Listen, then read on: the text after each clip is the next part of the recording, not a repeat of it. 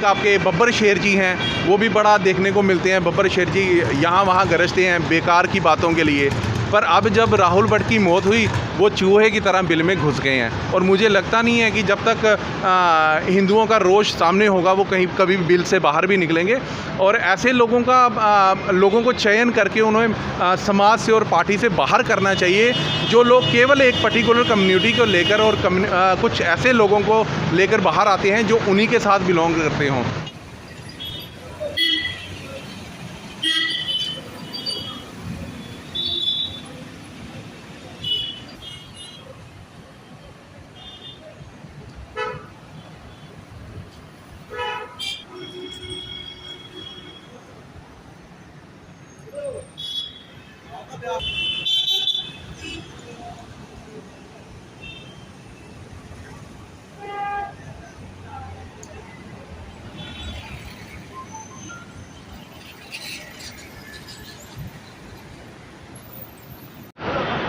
नमस्कार, आप लोग देख रहे हैं JK News 7 और मैं हूं आदित्य राजपूत। जो मेरे साथ शख्स खड़े हैं आप इनको बखूबी जानते हैं। ये वही शख्स हैं जब पुलवामा में अटैक हुआ था और 13 दिन के करीब जो है लगभग इन्होंने तवी ब्रिज पर इसी तरीके से ऐसे ही बैनर बनाकर लिखा था स्टॉप किलिंग जवान्स। और अब अगर बात की जाए तो जिस तरह से आए दिन कश्मीर में कश्मीरी हिंदू पंडित की जो है वो आए दिन मृत्यु की जा रही है आतंकवादियों द्वारा, और उसी के चलते एक बार फिर से ये संदीप राठौर जो हैं अपना प्रदर्शन करने के लिए जो है वो रोड पर खड़े हो चुके हैं। अभी इनके हाथ में आप बैनर देख सकते हैं जिसके ऊपर साफ तौर पे लिखा गया है stop killing of Kashmiri Hindu in Kashmir. ज़्यादा बातचीत करते हैं इन्हीं के साथ।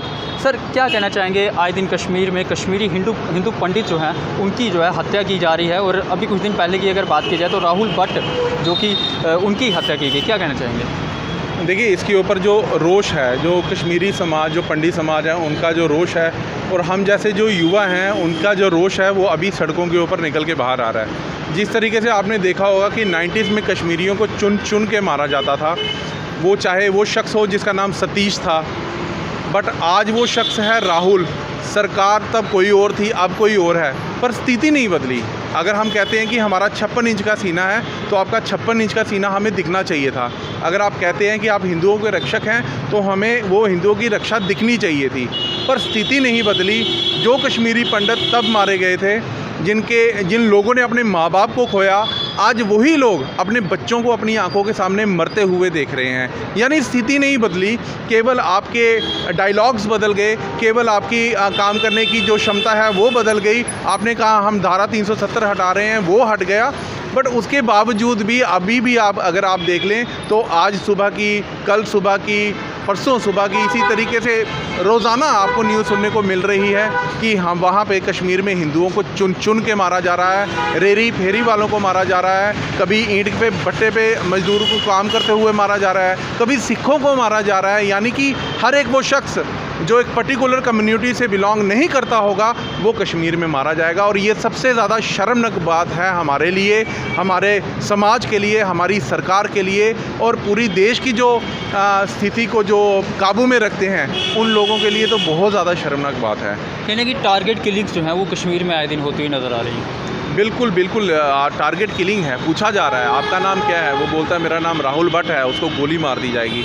अभी जो टीचर्स पीछे मारे गए थे उनके भी नाम पूछे गए, तो अगर नाम पूछ के आप मार रहे हैं तो ये बहुत ही ज़्यादा शर्मनाक बात है। और मैं समझता हूँ कि अगर कश्मीर के जो मुस्लिम हैं वो इसे लेके अगर बाहर नहीं आ रहे और प्रोटेस्ट नहीं कर रहे और इसका विरोध नहीं कर रहे तो कहीं ना कहीं वो लोग भी इसी के साथ हैं। और इसका मुझे बड़ा ही अफसोस रहेगा, क्योंकि मैं कश्मीर के लोगों को कुछ अलग तरीके से देखता था, क्योंकि कश्मीरियों की जो ज़ुबान है और उनकी जो अदायगी है वो बड़ी प्यारी थी।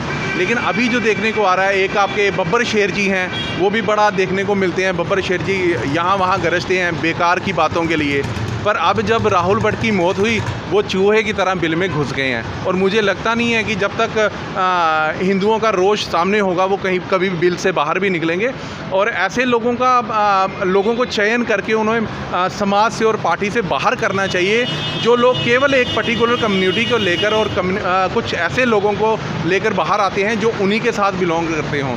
लेकिन जब दूसरी कम्युनिटी की बात आती है वो लोग बिल में भाग जाते हैं।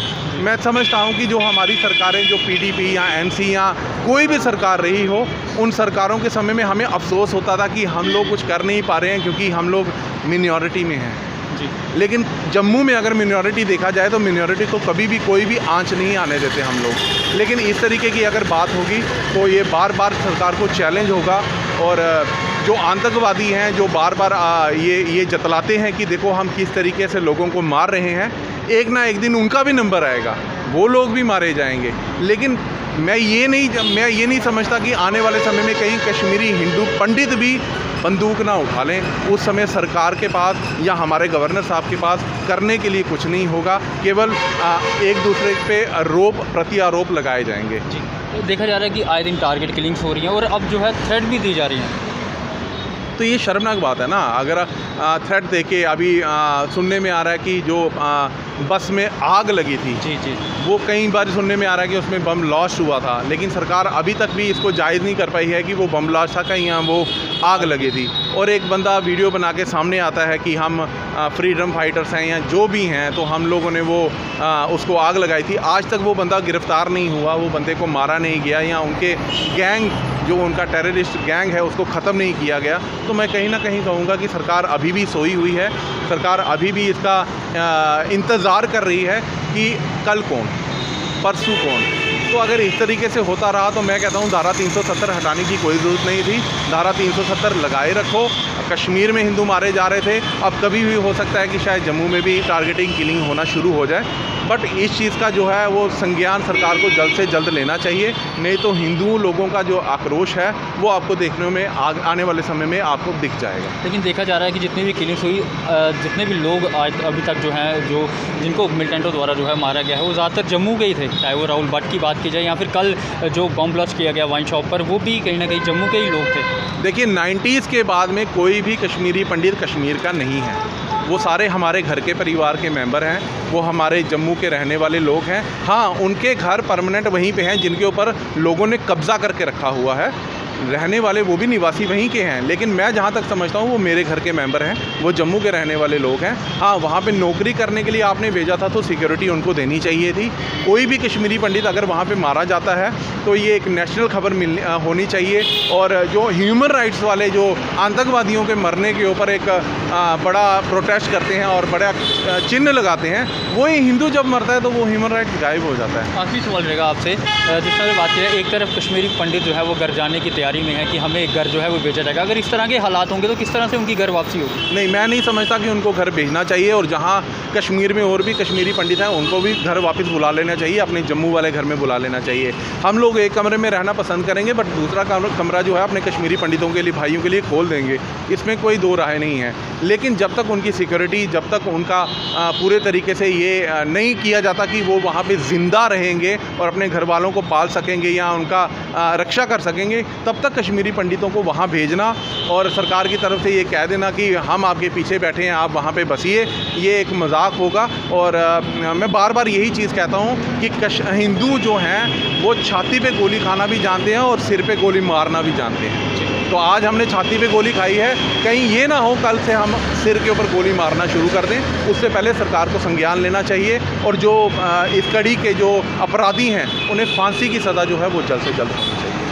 तो ये थे हमारे साथ संदीप राठौर जी, जो कि हमेशा से इसी तरीके से साइलेंट प्रदर्शन करते हुए नज़र आते हैं, अपने हाथ में बैनर लेकर जो है वो प्रदर्शन करते हैं। और आज इनका जो प्रदर्शन था वो कश्मीरी पंडित को लेकर था कि जिस तरह से आए दिन कश्मीर में जो है वो टारगेट किलिंग्स जो है वो की जा रही हैं। और एक तरफ अगर बात की जाए, कश्मीरी जो पंडित हैं वो अपने घर वापसी जाने की रिक्वेस्ट जो है, अपील जो है वो प्रशासन से कर रहे हैं। अगर इसी तरह के हालात रहे तो आखिर कश्मीरी पंडित जो है वो किस तरह से अपने घर जो है वो वापस जा पाएंगे? आपकी क्या राय है ज़रूर साझा कीजिएगा। तब तक के लिए बने रहे आप JK News 7 के साथ।